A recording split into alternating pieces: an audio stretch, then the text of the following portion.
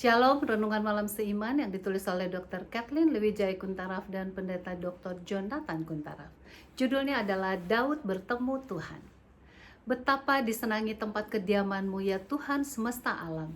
Jiwaku hancur karena merindukan pelataran-pelataran Tuhan.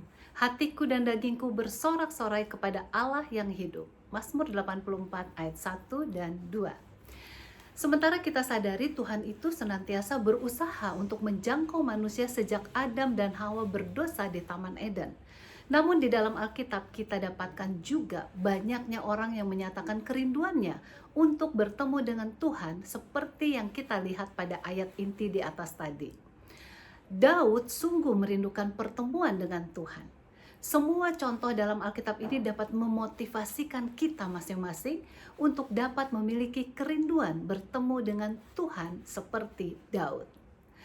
Ia mengetahui apa artinya untuk berada di hadirat Allah. Bahkan kehadiran Tuhan dalam hidupnya telah memberikan kepadanya suatu semangat, sukacita, dan sumber keberanian.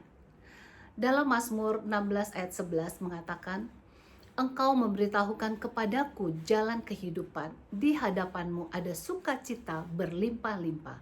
Di tangan kananmu ada nikmat senantiasa. Dalam ayat yang kelima Daud menyebutkan, Ya Tuhan, Engkaulah bagian warisanku dan pialaku. Engkau sendirilah yang meneguhkan bagian yang diundikan kepadaku. Kita dapat melihat dari ayat-ayat di atas bahwa Daud sungguh adalah seorang yang konsisten memilih untuk bertemu dengan Tuhan. Oleh karena itu ia merasa tidak puas dengan berbagai masalah dunia ini. Pengalaman hidupnya telah merubah bukan hanya dirinya sendiri dari seorang gembala menjadi seorang raja, bahkan juga merubah bangsanya serta bangsa-bangsa lain pada masa yang mendatang. Kita dapat melihat dampak dari pertemuan Daud dengan Tuhan pada masa mudanya.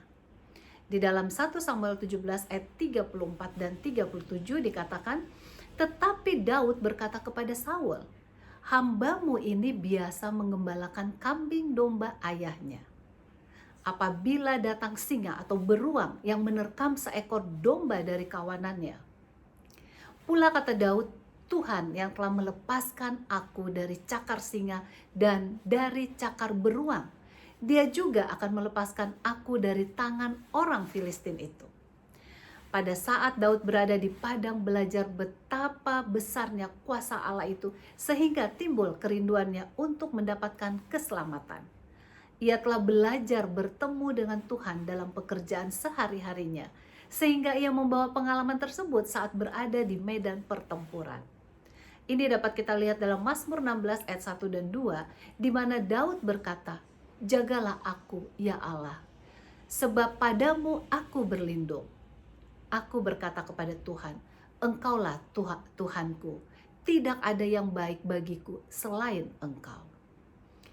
Sama seperti Daud yang mempunyai pengalaman bertemu dengan Tuhan dalam kehidupan sehari-hari. Semoga kita masing-masing juga dapat mengalami pengalaman yang demikian. Marilah kita senantiasa mengundang Tuhan dalam kehidupan kita masing-masing. Sehingga ia dapat memberikan kekuatan dan keberanian untuk menghadapi tantangan apapun yang kita hadapi ini, termasuk menghadapi pandemi ini. Tuhan Yesus memberkati.